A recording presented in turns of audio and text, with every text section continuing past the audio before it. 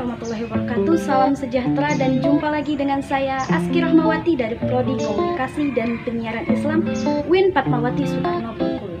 Pada kesempatan kali ini saya akan mempresentasikan mengenai teori perkembangan sosial anak dan contoh praktisnya dalam kehidupan sehari-hari.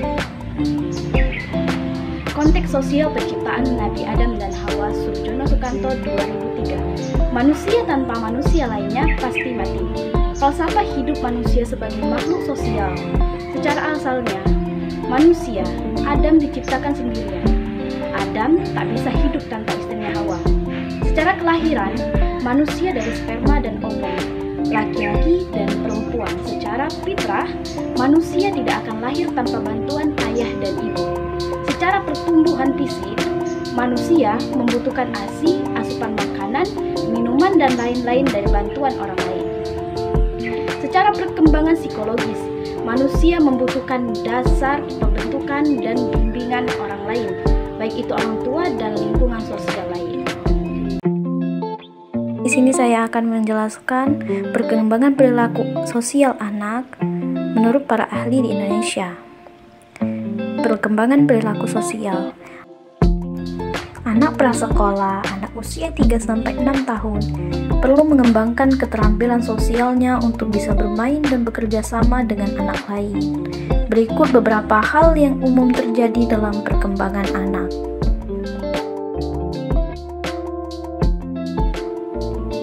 Dalam bermain, meskipun anak usia 4-5 tahun mungkin dapat mulai bermain game yang memiliki aturan. Aturan tersebut cenderung berubah, seringkali atas keinginan anak yang dominan. Adalah umum dalam sekelompok kecil anak-anak prasekolah untuk melihat seseorang anak dominan muncul yang cenderung memerintah di sekitar anak-anak lain tanpa banyak perlawanan dari mereka.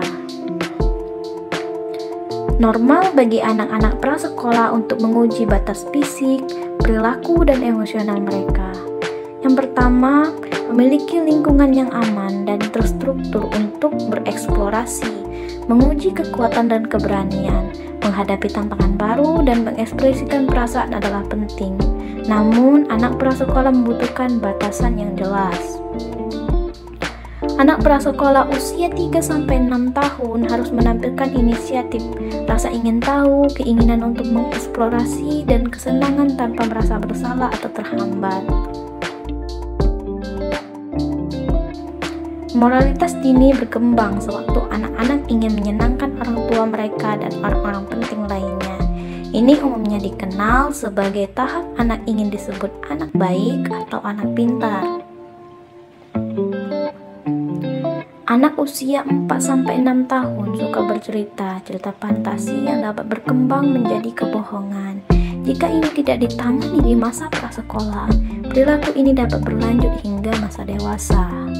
Yang kedua, membantah atau membentak sering merupakan cara bagi anak-anak prasekolah untuk mendapatkan perhatian dan reaksi dari orang dewasa.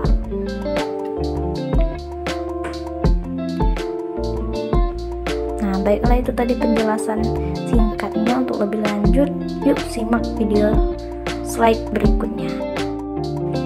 Menurut Erik Erikson, anak usia 4-6 tahun masuk ke fase sense of initiative.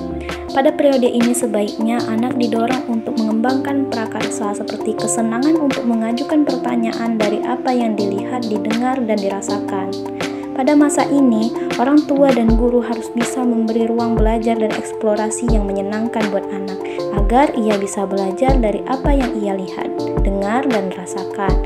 Beberapa contoh ide stimulasi yang bisa dilakukan orang tua untuk meningkatkan perkembangan kognitif, sosial, dan spiritual anak pada fase ini adalah kognitif. Ajak anak berinteraksi langsung dengan alam dan lingkungan sekitarnya. Dari hasil interaksi itu, rasa ingin tahu dan pertanyaannya akan muncul. Penting juga orang tua membekali buku-buku referensi yang menarik, sehingga dari rasa ingin tahunya itu, ia bisa cari sendiri jawabannya dari buku tersebut. Sosial, berikan kesempatan anak untuk bisa bermain bersama teman sebaya di lingkungan rumah dan tetap dalam kontrol orang tua. Spiritual, ajak anak untuk beribadah atau mengikuti kegiatan keagamaan di masjid dengan memberi stimulus yang tepat. Maka, Anak akan tumbuh dan berkembang sesuai dengan tahapannya. Nah, baiklah teman-teman, itulah tadi penjelasan mengenai teori perkembangan sosial anak menurut para ahli di Indonesia. Kita lanjut ke teori perkembangan menurut ahli Barat. Perkembangan sosial anak, perspektif teori ahli dari Barat. Yang pertama, teori nativisme, Schaefenhier, 1778 sampai 1860. Manusia berkembang tergantung dari potensi yang dibawa sejak lahir atau fitrah.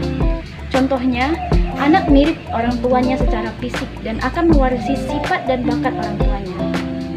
Pada saat tes atau seleksi masuk untuk mengikuti program ekstrakurikuler, anak yang lahir dari keluarga ahli seni musik, maka anak akan berkembang menjadi seniman seperti orang tuanya.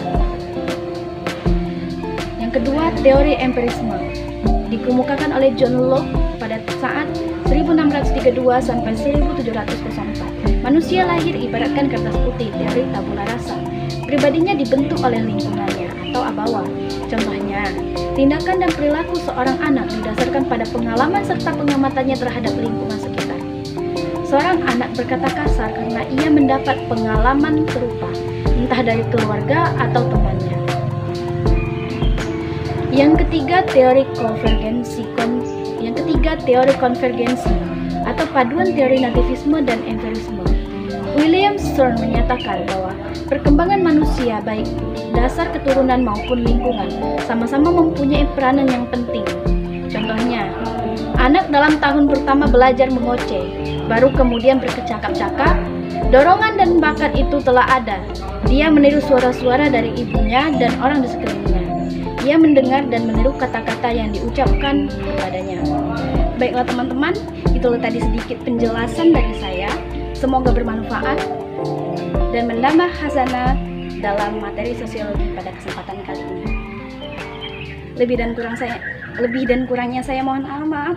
Kepada Allah saya mohon ampun. Wallahul muwaffiq ila aqwamit thoriq. Wassalamualaikum warahmatullahi wabarakatuh.